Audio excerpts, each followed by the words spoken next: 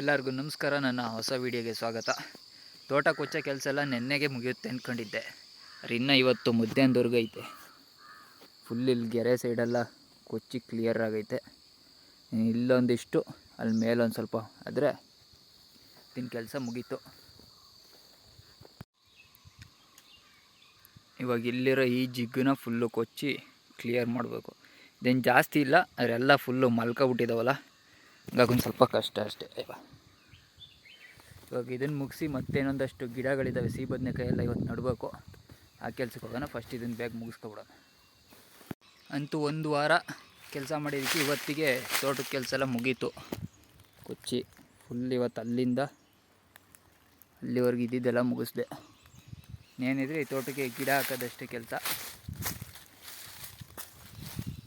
ಇವಾಗ ಅವತ್ತು ಕವರಲ್ಲಿ ಇಟ್ಟಿದ್ದು ಸಿಹಿ ಬದನೆಕಾಯಿ ಎಲ್ಲ ಮೊಳಕೆ ಬಂದಿದ್ದಾವೆ. ಬಿಸಿಲೆಲ್ಲ ಕಮ್ಮಿ ಆದಮೇಲೆ ಸಿಹಿ ಬದನೆಕಾಯಿನ ಅಲ್ಲಿ ಎಲ್ಲ ಮರದ ಬುಡಕ್ಕೂ ನೆಡಬೇಕು. ಇವಾಗ ಒಂದು ಸ್ವಲ್ಪ ಹೊತ್ತು ರೆಸ್ಟ್ ತಗೊಂಡು ಆಮೇಲೆ ಕೆಲಸನ ಮುಂದುವರ್ಸೋಣ. ಇನ್ನು ಅಲ್ಲಿ ಬಾವಿಯಿಂದ ಮೇಲೆಲ್ಲ ಒಂದು ಸ್ವಲ್ಪ ಕೊಚ್ಚೋದೈತೆ.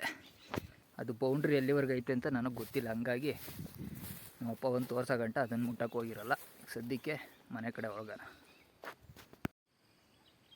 ಇವಾಗ ಫುಲ್ಲು ಕ್ಲಿಯರ್ ಆಯಿತು.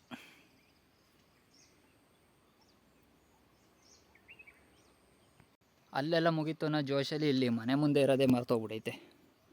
ಈ ರೋಡಿಂದ ಈ ಕಡೆ ಸೈಡ್ ಒಂದು ಸ್ವಲ್ಪ ಕೊಚ್ಚೋದು ಬಾಕಿ ಆಗೈತೆ. ಟ್ಯಾಕ್ಟ್ರ್ ಹೋಗೋಕ್ಕಿದ್ನೆಲ್ಲ ತೆಗೆದು ಒಂಚೂರು ಸೈಡ್ಗೆ ಹಾಕೋಬೇಕು.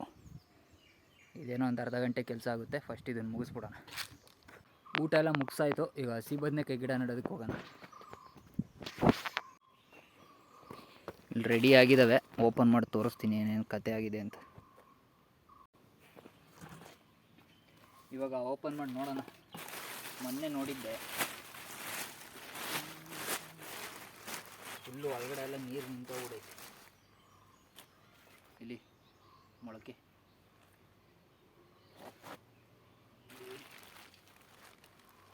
ಆ ನೀರು ನಿಂತು ಇಲ್ಲೆಲ್ಲ ಒಂದು ಸ್ವಲ್ಪ ಕೊಳ್ತೋದಂಗೆ ಆಗೈತೆ. ಇದರಲ್ಲೇನು ಮೊಳಕೆ ಬಂದಿಲ್ಲ, ಇದು ಬಂದಿಲ್ಲ.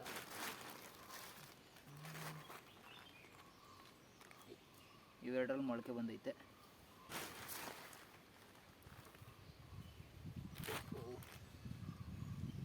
ಇದರಲ್ಲಿ ಒಂದು ಸ್ವಲ್ಪ ಹೆಚ್ಚಿಗೆ ಕೊಳ್ತೋಗ್ಬಿಡೈತೆ, ನೀರು ಜಾಸ್ತಿ ಆಗಿ.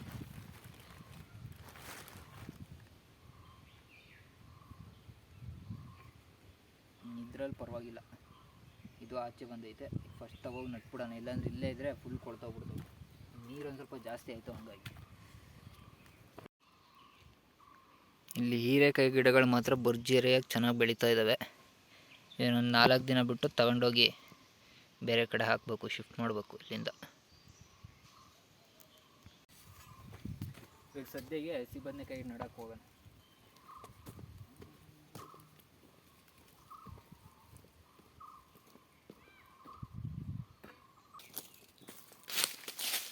ಇವಾಗ ಇದೇ ಜಾಗದಲ್ಲಿ ಗುಂಡಿ ಮಾಡಿ ಹಾಕಬೇಕು ಬದನೆಕಾಯಿನ.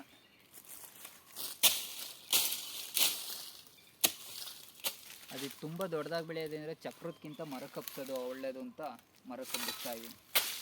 ಇದಕ್ಕೆ ಮರದ ಬುಡದಲ್ಲೇ ಗುಂಡಿ ತೋಡ್ಬಿಟ್ಟು ಇಲ್ಲಿಂದಲೇ ಹಂಗೆ ಹಬ್ಸ್ಬಿಡ್ತೀನಿ. ಇವಾಗ ಗುಂಡಿ ಎಲ್ಲ ಮಾಡಾಯಿತು. ಸಿಹಿ ಬದನೆಕಾಯಿ ತಗೊಬರೋಣ. ಬರೀ 9 ಗುಂಡಿ ಮಾಡಿದೆ, ಒಂದು ಹಾಳಾಗೋಗಿತ್ತು.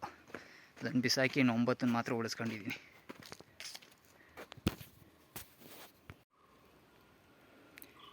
ಈ ಮರದ ಹತ್ರ 2 ಇಟ್ಟಿದ್ದೀನಿ, ಇನ್ನು ಆ ಮರದ ಹತ್ರ 2, ಅಲ್ಲೆರಡು, ಇದು ದೊಡ್ಡ ಮರ ಅನ್ನೋದಕ್ಕೆ ಇದಕ್ಕೊಂದು 3 ಹಾಕಿದ್ದೀನಿ. ಇವಾಗ ಬಿತ್ತನೆ ಕಾರ್ಯಕ್ರಮ ಮಾಡಿಬಿಡೋಣ.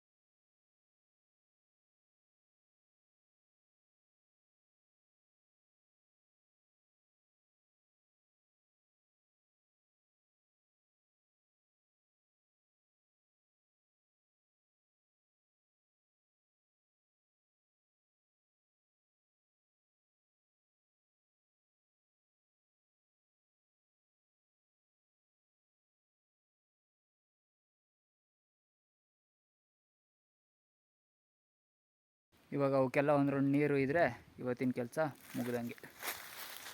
ಇವಾಗ ಕನ್ನಳ್ಳಿ ಕಟ್ಟೆಗೆ ಹೋಗಿ ಒಂದು ಲೈಟಾಗಿ ಶಾಪಿಂಗ್ ಮುಗಿಸ್ಕೊ ಬಂದಾಯಿತು. ಇವಾಗ ನಮ್ಮ ಟೊಮೆಟೊ ಹಣ್ಣಿನ ರುಚಿ ನೋಡೋಣ ಒಂದ್ಸತಿ. ಇಲ್ಲಿ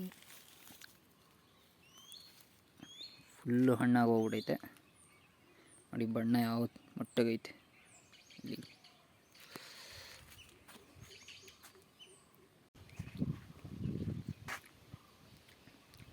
ಸಖತ್ತಾಗೈತೆ. ಸೈಜ್ ಮಾತ್ರ ಚಿಕ್ಕದಷ್ಟೇ, ಒಳ್ಳೆ ಹುಳಿ ಹುಳಿಯಾಗಿ ಮಸ್ತಾಗಿತ್ತು. ಇನ್ನು ಮಿಕ್ಕಿರೋದನ್ನ ನಾಳೆ ಹಂಗೆ ಒಂದು 4-5 ಕುಯ್ದುಬಿಟ್ಟು ಸಾಂಬಾರ್ಗೆ ಹಾಕ್ಬೋದು, ಇಲ್ಲಾಂದ್ರೆ ಹಂಗೆ ತಿನ್ನೋಕ್ಕೂ ಚೆನ್ನಾಗೈತೆ. ಸಾಂಬಾರ್ಗೆ ಹಾಕೋದಕ್ಕಿಂತ ಹಂಗೆ ತಿಂದು ಖಾಲಿ ಮಾಡಿದ್ರೆ ಒಳ್ಳೆ ಥರ ಹಣ್ಣು ತಿನ್ನಂಗೆ ಆಗುತ್ತೆ. ಇಷ್ಟು ದಿನ ಬೆಂಕಿ ಹಚ್ಚೋದಕ್ಕೆ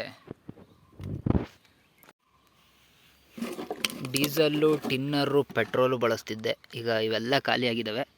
ಇವಾಗ ಏನಿದ್ರು ಎಲ್ಲೋಯ್ತದು, ಕರ್ಪೂರನ ಬಳಸ್ಬಿಟ್ಟು ಬೆಂಕಿ ಹಚ್ಚಬೇಕು.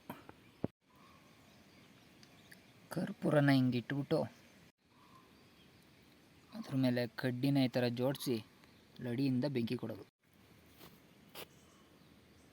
ಕರ್ಪೂರಕ್ಕೆ ಈ ಥರ ಬೆಂಕಿ ಕೊಟ್ಟರೆ ಅದು ಆರೋಗೋದ್ರೊಳಗೆ ಈ ಒಣಗಿರೋ ಚಿಕ್ಕ ಪುಟ್ಟ ಕಡ್ಡಿಗಳೆಲ್ಲ ಹತ್ಕೋತವೆ. ಆಮೇಲೆ ಈ ದೊಡ್ಡ ದೊಡ್ಡ ಸೌದೆ ಒಂದು ಕಡೆಯಿಂದ ಒಟ್ಕೊಂಡ್ಬೋದು.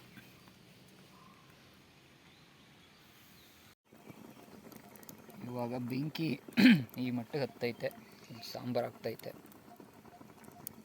ಅಡಿಗೆಲ್ಲ ಹೋದಾಗ ಈ ಥರ ಕರ್ಪೂರ ತಗೋದ್ರೆ ಬೆಂಕಿ ಮಾಡೋದು ಈಸಿ, ಇಲ್ಲಾಂದರೆ ಅದು ದರ್ಗನೆಲ್ಲ ಹತ್ತಿಸ್ಕೊ ಪರದಾಡಬೇಕಾಗುತ್ತೆ. ಇವತ್ತು ಕೆಲಸ ಎಲ್ಲನೂ ಮುಗಿಸಿ ಪುಸ್ತಕನ ಓದಿ ಈಗ ಮಲ್ಗೋ ಟೈಮ್ ಆಯಿತು. ಇನ್ನು ನಾಳೆ ವೀಡಿಯೋದಲ್ಲಿ ಸಿಗೋಣ. ಈ ವಿಡಿಯೋ ಇಷ್ಟ ಆಗಿದ್ರೆ ಲೈಕ್ ಮಾಡಿ, ಶೇರ್ ಮಾಡಿ, ಹಂಗೆ ನನ್ನ ಯೂಟ್ಯೂಬ್ ಚಾನಲ್ಗೆ ಸಬ್ಸ್ಕ್ರೈಬ್ ಆಗಿ.